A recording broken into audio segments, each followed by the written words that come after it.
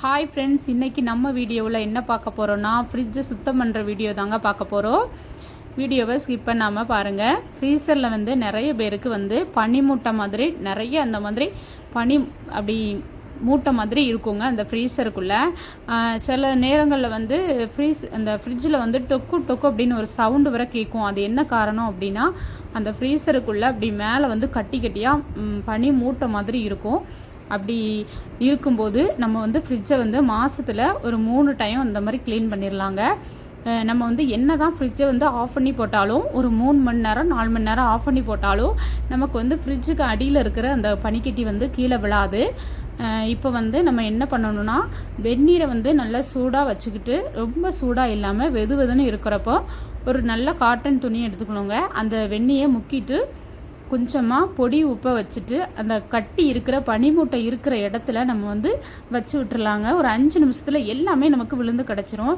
ஃப்ரிட்ஜும் நமக்கு சூப்பராக க்ளீனாக ஆயிருங்க. எல்லா கட்டிகளுமே அப்படியே கீழே தன்னாலே விழுந்துடும். நம்ம ஆஃப் பண்ணி வச்சாலும் அப்படி விழாது. ஆனால் அந்த மாதிரி பண்ணுறப்போ நல்லா விழுந்துருங்க. இப்போ நிறைய பேர் காய்கறி சும்மா கவரில் அந்த மாதிரி கட்டி வைப்பாங்க.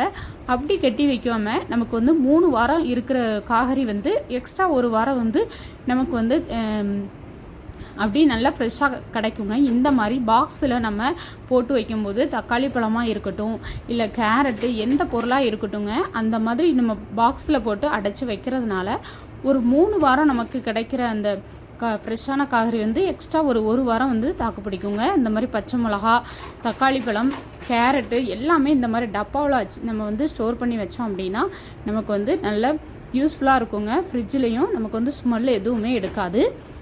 எலுமிச்சை பழமாக இருக்கட்டும், எந்த ஒரு காய்கறியாக இருக்கட்டும், நம்ம அப்படியே பண்ணி வச்சுக்கலாம்.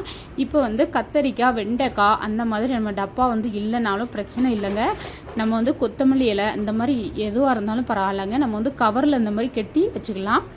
இப்போ பாருங்கள், அந்த எல்லாமே நம்ம ஃப்ரிட்ஜில் எடுத்து வச்சாச்சுங்க. எவ்வளோ நீட்டாக இருக்குது பாருங்கள். நம்ம எடுக்கவும் ஈஸியாக இருக்கும். நம்ம யூஸ் பண்ணும்போதும் நமக்கு நல்ல பெனிஃபிட்டாக இருக்கும். அந்த மாதிரி ஃப்ரிட்ஜில் நமக்கு ரொம்ப வாசனை ஸ்மெல் அந்த மாதிரி வந்துச்சுன்னா ஒரு அரை எலுமிச்சை பழத்தை வெட்டி ஒரு 3 கிராம்பை அந்த எலுமிச்சத்தில் சொருகி வச்சுருங்க. சொருகி வச்சுட்டு ஒரு 3 வாரமாக எடுத்து நம்ம மாற்றிக்கிட்டே இருக்கணுங்க. ஃப்ரிட்ஜு நமக்கு எந்த பொருளுமே கெட்டு போகாது. அதே மாதிரி ஃப்ரீசருக்குள்ளேயும் இந்த பனி மூட்டை மறுபடியும் வராமல் இருக்கிறதுக்காக பொடி உப்பு இருக்குல்ல, அதை ஒரு கிண்ணியில் வச்சுக்கலாங்க. பொடி உப்பு, கல் உப்பு, எந்த உப்புனாலும் நம்ம யூஸ் பண்ணிக்கலாம். கிண்ணியில் எடுத்து வைக்கிறப்போ அந்த பனி மூட்டை அந்த உப்பு அப்படி தண்ணி ஆகுங்க. 1 மாதத்துக்கு ஒருக்க அதை க்ளீன் பண்ணிக்கிட்டே அதை உப்பை மாற்றிக்கிட்டே இருக்கணுங்க. அப்புறமா ஃப்ரிட்ஜ் எல்லாமே க்ளீன் பண்ணும்போது நம்ம ஒயர் எல்லாமே ரிமூவ் பண்ணிட்டு தாங்க பண்ணணும். அது ரொம்பவும் முக்கியம். வீடியோ பிடிச்சிருந்துச்சுன்னா லைக் பண்ணுங்கள், ஷேர் பண்ணுங்கள், ஒரு சப்ஸ்கிரைப் பண்ணிடுங்க. Thank you friends.